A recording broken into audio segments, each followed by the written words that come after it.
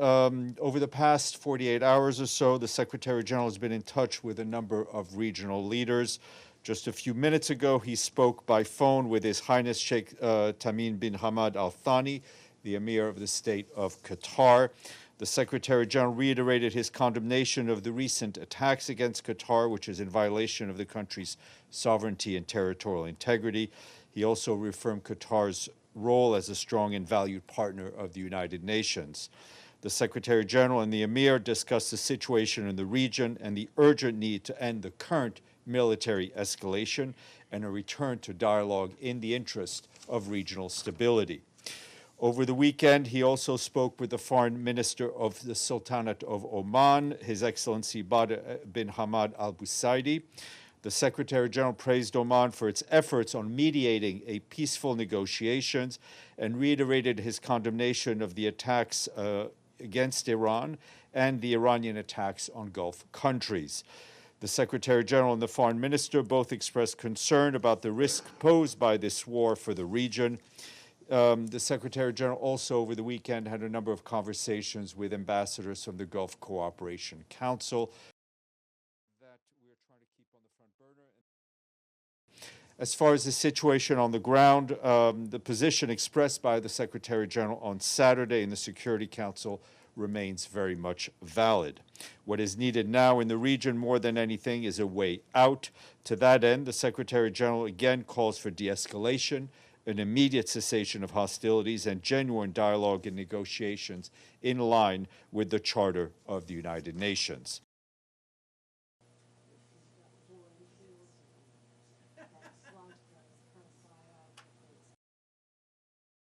The Secretary General is particularly concerned about the growing numbers of civilians we are seeing being killed and the destruction of civilian infrastructure.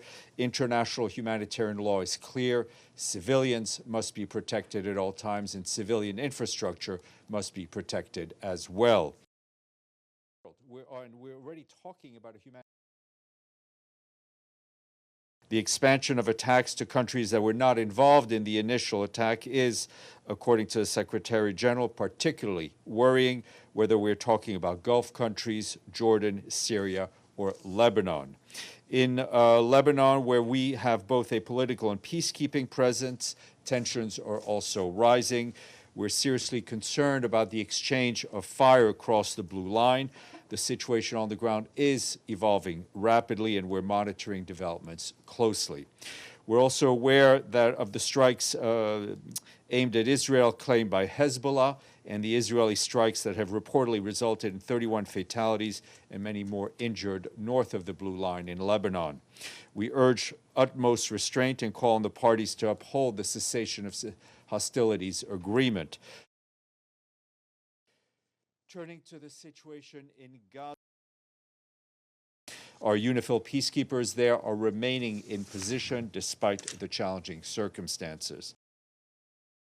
OCHA said the regional escalation that began over the weekend is already affecting people and disrupting humanitarian services. We're also worried about the negative impacts that the military activities in the region as a whole could have on the world economy, and those impacts would, as they often do, hit the most vulnerable the hardest. Turning to another horrific humanitarian situation, and Rafael Grossi, the Director General of the International Atomic Energy Agency, spoke at his agency's Board of Governors meeting today and said that according to the Regional Safety Monitoring Network, no elevation of radiation levels above the usual background levels have been detected in countries bordering Iran. Regarding the status of the nuclear installations in Iran, up to now, he said he has no indication that any nuclear installations, including the Bushehr nuclear power plant and the Tehran research reactor, or any nuclear fuel cycle facilities have been damaged or hit.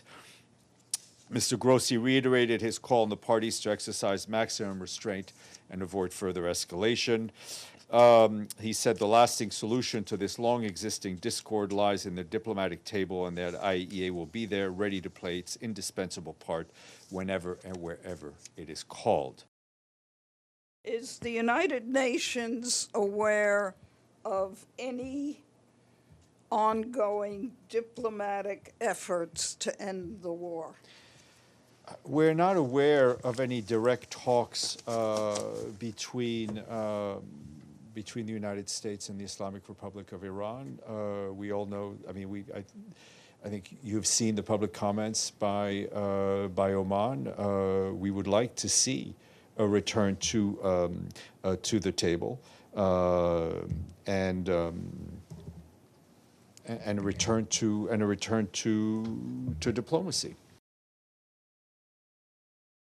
He said military action carries the risks of igniting a chain of events that no one can control. Are we at that point now? Well, we are at a risk where there is zero room for miscalculation. We're now hearing from France, the UK, that they'll take defensive measures. France saying they'll help Gulf countries defend themselves. Just wonder, this kind of coming from many European countries now, if the Secretary General plans to speak with those leaders. This chain of events is growing, and that's extremely worrying, and that's a lot of part of the issues that the Secretary General has been discussing. Now that the report is confirmed, is the Secretary General ready to give a specific statement on the death of the Ayatollah, similar As I to how said, he gave a specific not, statement when we Maduro do was not captured? want to see any more killings, whether targeted or otherwise.